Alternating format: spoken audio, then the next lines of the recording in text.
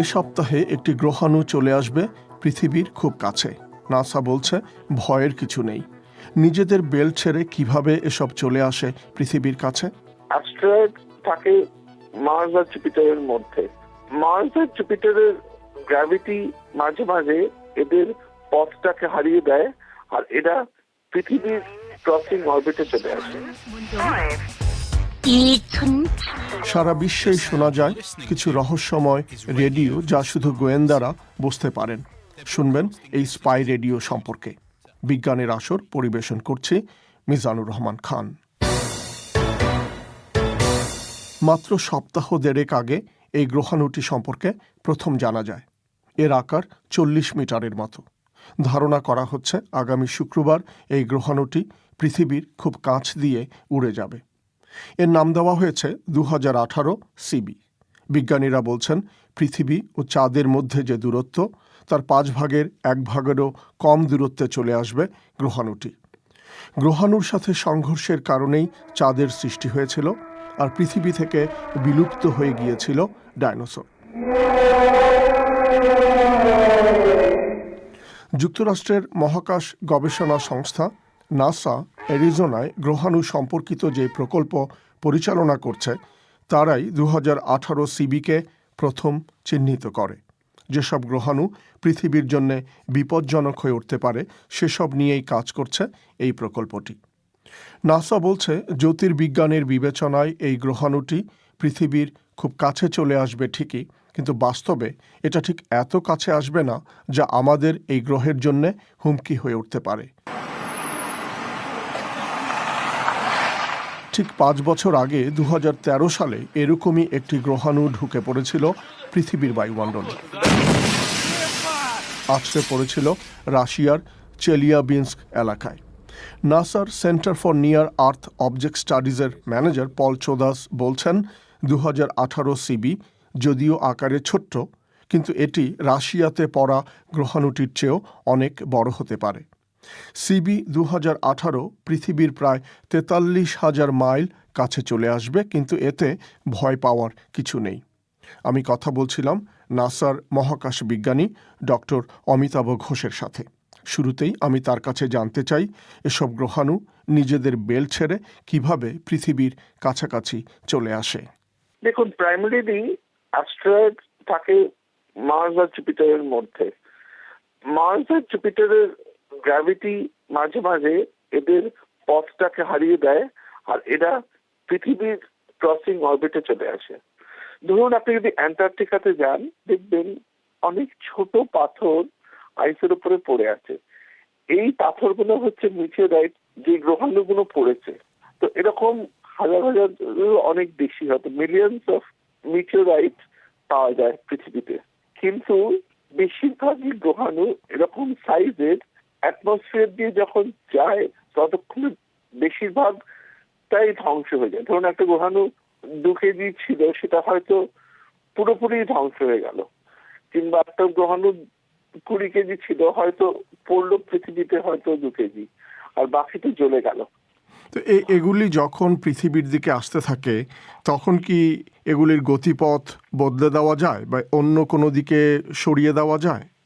দেখুন, থিওরিটিক্যালি এটা খুব সম্ভব, কিন্তু আমাদের কোনো সেরকম সায়েন্টিফিক ইনফ্রাস্ট্রাকচার আর মিলিটারি ইনফ্রাস্ট্রাকচার নেই। আমরা দেখেছি হলিউড মুভিতে, যেমন আর্মাগেডন, যে এরকম অ্যাস্ট্রয়েডকে ধ্বংস করা গেছে একটা নিউক্লিয়ার বম্ব দিয়ে, কিন্তু ইন রিয়ালিটি কোনো ইনফ্রাস্ট্রাকচার নেই। আর আরেকটা হচ্ছে, দেখুন, এই যেরকম রেসপন্স করতেও সময় লাগে।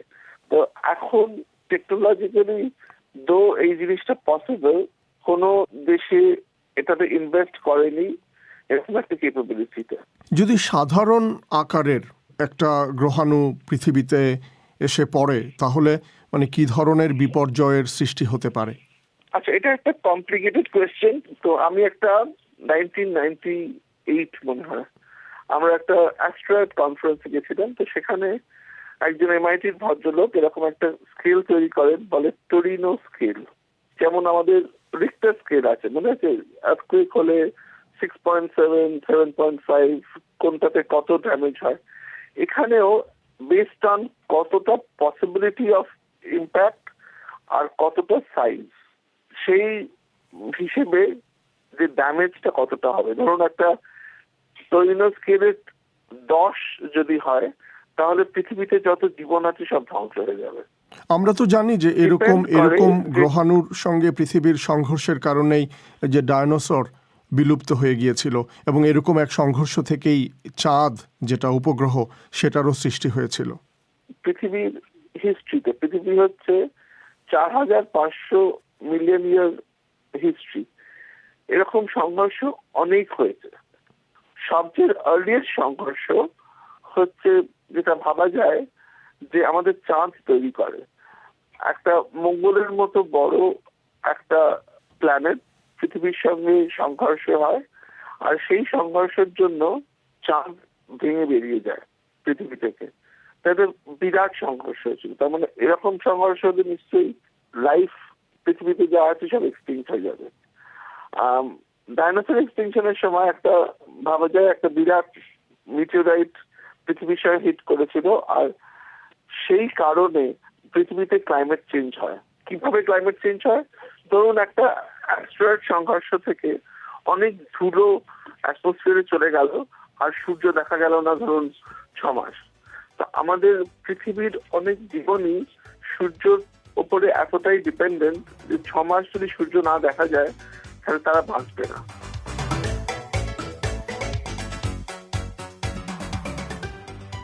বলছিলেন নাসার মহাকাশ বিজ্ঞানী ডক্টর অমিতাভ ঘোষ।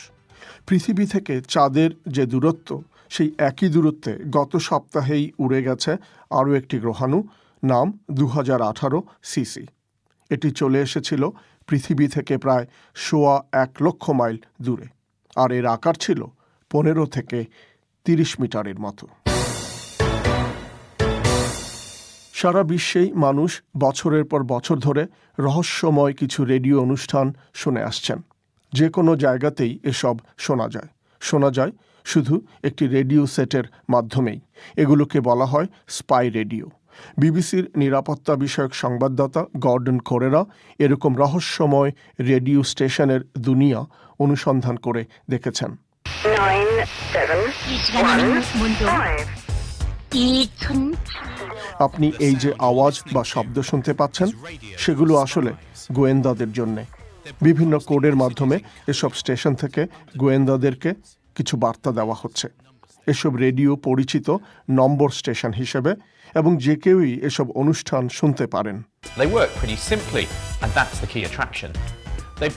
এসব রেডিও স্টেশন খুব সহজভাবে কাজ করে এবং সেটাই তাদের প্রধান আকর্ষণ। এসব অনুষ্ঠানে অসংখ্য নম্বর প্রচার করা হয়।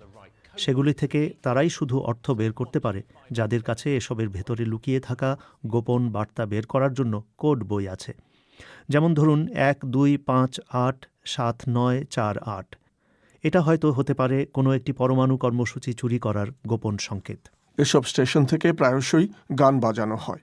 এই গান দিয়ে বোঝানো হয় যে বার্তাটি শুরু হতে যাচ্ছে। আপনি যদি একজন ব্রিটিশ গোয়েন্দা হন, তাহলে হয়তো পুরনো এই লোকগীতিটি শুনতে পাবেন। আর আপনি যদি হন দক্ষিণ কোরিয়ার কোনো গোয়েন্দা, তাহলে হয়তো শুনতে পাবেন 80-র দশকের এই গানটি।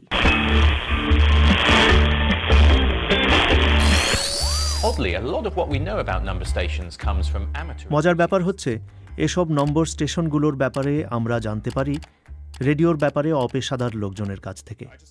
এরকম একজন লুইস বুশ, তিনি একটি বই রচনা করেছেন যেখানে স্যাটেলাইট থেকে তোলা কিছু ছবি প্রকাশ করা হয়েছে। এসব ছবিতে যেসব জায়গা থেকে সারা বিশ্বে নাম্বার রেডিওর অনুষ্ঠান প্রচারিত হচ্ছে, সেগুলোকে চিহ্নিত করা হয়েছে। এসব রেডিও ব্যাপকভাবে চালু ছিল শীতল যুদ্ধের সময়।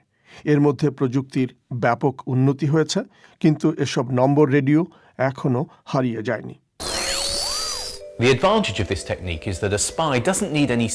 এই প্রযুক্তির সবচেয়ে সুবিধাজনক দিক হচ্ছে যে এসব রেডিও অনুষ্ঠান শোনার জন্য কিংবা বিশেষ বার্তাটি গ্রহণ করার জন্য তার বিশেষ কোনো যন্ত্রের প্রয়োজন হয় না। এজন্য শুধুমাত্র একটি রেডিওর দরকার, এবং এজন্য আপনাকে কেউ সন্দেহও করবে না। এছাড়াও ডিজিটাল নজরদারির এই আধুনিক বিশ্বে এই নম্বর রেডিওর আরও একটি সুবিধা হচ্ছে যে এখান থেকে বার্তা গ্রহণের জন্য আপনাকে ইন্টারনেটের সঙ্গে সংযুক্ত থাকতেও হবে না, ফলে আপনাকে কেউ অনুসরণও করতে পারবে না। বিবিসি সংবাদদাতা গর্ডন কোরেরা বলছেন, বর্তমান বিশ্ব এরকম বহু নম্বর রেডিও তাদের সম্প্রচার চালিয়ে যাচ্ছে এবং কোথাও না কোথাও গোয়েন্দারা তাদের নিজেদের পরিচয় গোপন রেখে এসব নম্বর রেডিও থেকে বিশেষ বার্তা গ্রহণ করছেন। এরই সাথে শেষ করছি এ সপ্তাহের বিজ্ঞানের আসর।